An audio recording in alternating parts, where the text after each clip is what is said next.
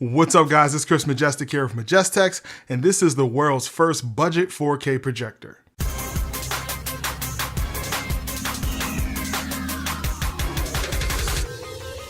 So a few months ago, I made a video comparing 4K TVs to projectors, and I mentioned that projectors offer a unique experience that you can't really get from a TV, but I also mentioned that unless you wanted to spend at least $8,000, you really couldn't get a 4K projector. Well, Optoma just changed everything. So last month, Optoma released the UHD60 and the UHD65, and they're both 4K DLP projectors. And these are actually the first certified 4K projectors that are priced under $8,000. Now there are a few differences between the UHD60 and the UHD65. The first thing is that the UHD60 is priced at $2,000 while the UHD65 is priced at $2,500. The UHD60 has a white casing while the UHD65 is black. The UHD60 has a 1,000,000:1 contrast ratio while the UHD65 has a 1.2 million to 1 contrast ratio. The UHD60 is capable of displaying up to 3,000 lumens while the 65 can display up to 2,200 lumens. Now the major difference between these two is that the UHD65 has frame interpolation, which is also known as smooth motion or pure motion. All these manufacturers come up with different names for it, but it basically reduces judder. So like when you're watching a movie and it's panning over the city or something like that and you get that judder that you usually see from the frames, this can actually reduce that. The UHD65 is going to be a little bit harder to find, and it's only at a few exclusive retailers, while you'll find the UHD60 in most major retailers. So today we're going to be reviewing the UHD60. Now the first thing you notice when you take this thing out of the box is that it's huge. At nearly 20 inches wide and 13 inches deep, this thing dwarfs my BenQ projector. It's also nearly 16 pounds, so you definitely want to make sure that your projector mount can handle it. In the box you're going to get a power cord, which is actually pretty short,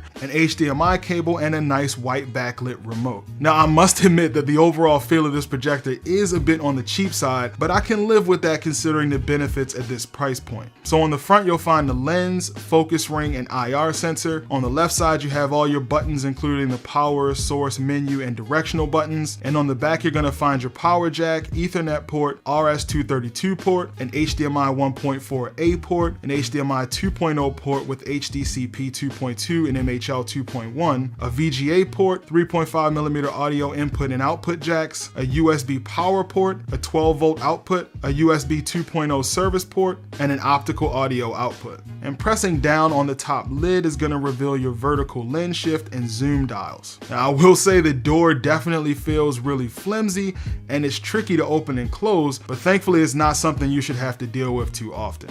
Now these projectors also have onboard audio, so they have dual 4-watt speakers built into them.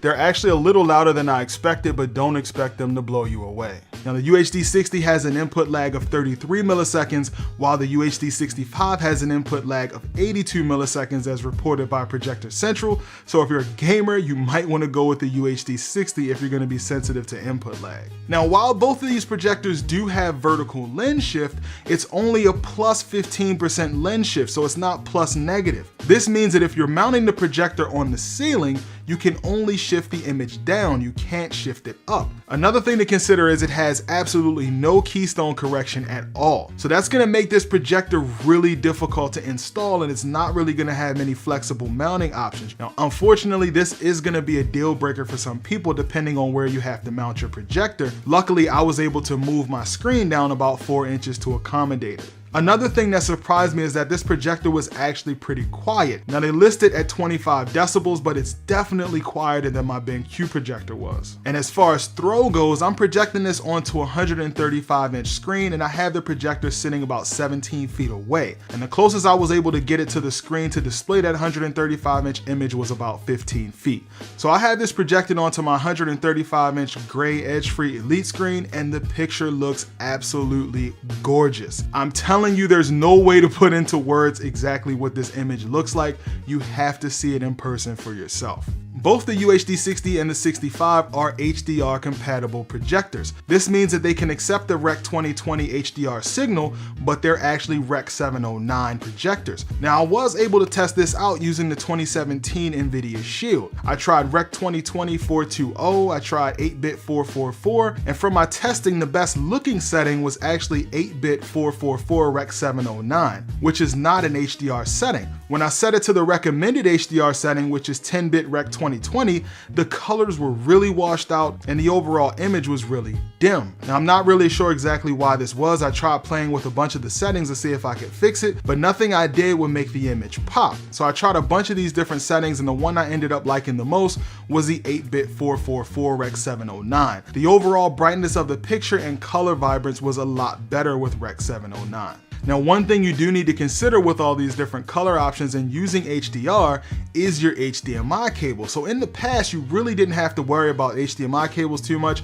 As long as you had a decent quality cable, it would work just fine. Well, nowadays we're actually right at the bandwidth limit of HDMI. So once you start going with longer cables, especially with a projection setup, that can be an issue. So displaying a 4K image really isn't a big deal. But once you start to move into HDR and start needing that extra bandwidth of the cable, that's when you start running into issues. Now I went through 3 different high quality HDMI cables. One of them was 25 feet and 2 of them were 30 feet. So after pulling my hair out for a while, I ended up going on Amazon and finding an HDMI fiber cable. Now, this is not a cheap HDMI cable, and I would almost consider it a last resort just because of the price, but this cable is definitely a great quality cable. So this is actually going to use fiber to send the signal to your projector, and once I plugged this in, I was able to display all the different HDR options with no issues at all. All right, so now let's take a look at some of the menu options. All right, now one of the settings that I find most interesting is this ultra detail setting. So this is actually going to adjust it. It's almost like it's adjusting sharpness. So that's level 1. This is off. So it's a pretty soft picture. So that actually looks closer to how my 1080p projector looked. And that's level 1, level 2, and level 3. So it's almost like it's basically like turning on 4K, if you ask me. I mean, that's pretty much detail that I'm seeing there. I mean, that's level 2 again. Level 1, if I go back up to 3, you can definitely see it sharpen up some. And as far as the display modes go, you've got Cinema HDR, Vivid Game. None of these really look as good as Cinema does. Sometimes HDR looks okay depending on what you're looking at. So, all right, let's show you what HDR looks like. So HDR is a little bit brighter. So Cinema and HDR, in my opinion, are the 2 best modes. And you can tweak them once you go in there. You can tweak from there. All right, so there are a few things to consider if you want to buy one of these projectors. The first thing is that it's pretty big, so you definitely want to make sure you have the space for it. The second thing is mounting options, so you don't have any negative vertical lens shift, and you have no keystone correction, so you have to put it in the perfect place, and if you're not able to do that, then you may not be able to actually use it. Another thing to consider is rainbow artifacts. Now, some people are more sensitive to this than others, but considering they're using an RGB color wheel, you might see rainbow artifacts. Now, I personally am not sensitive to this. The only time I was actually able to see them was on my camera while I was recording the screen, but otherwise it's not really an issue for me. Now, other than those things, these projectors are absolutely amazing for the money. And if you're tossed between picking one or the other, the real determining factor is going to be whether or not you're putting this like in a dedicated theater room, and if you're sensitive to judder. Otherwise, you can go with the UHD60, save yourself a little bit of money and have a little bit more brightness. But overall, these projectors are absolutely amazing and definitely worth buying in my opinion. Not only are the prices right, but the jaw-dropping image quality is definitely something you have to see in person to appreciate. All right, guys, that's gonna do it for this video. Go ahead and post your comments in the comment section. I'll respond to your questions. Give this video a thumbs up if you found it helpful, and I'll see you guys in the next video. What's up, guys? It's Chris Majestic here of Majestex, and this is the world's first budget 4K projector.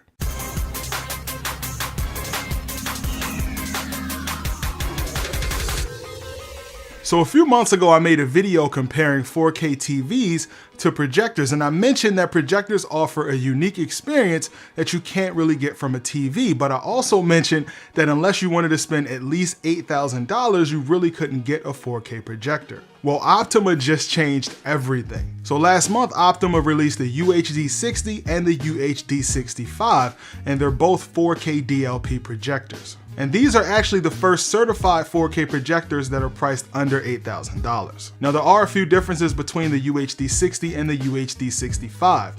The first thing is that the UHD60 is priced at $2,000, while the UHD65 is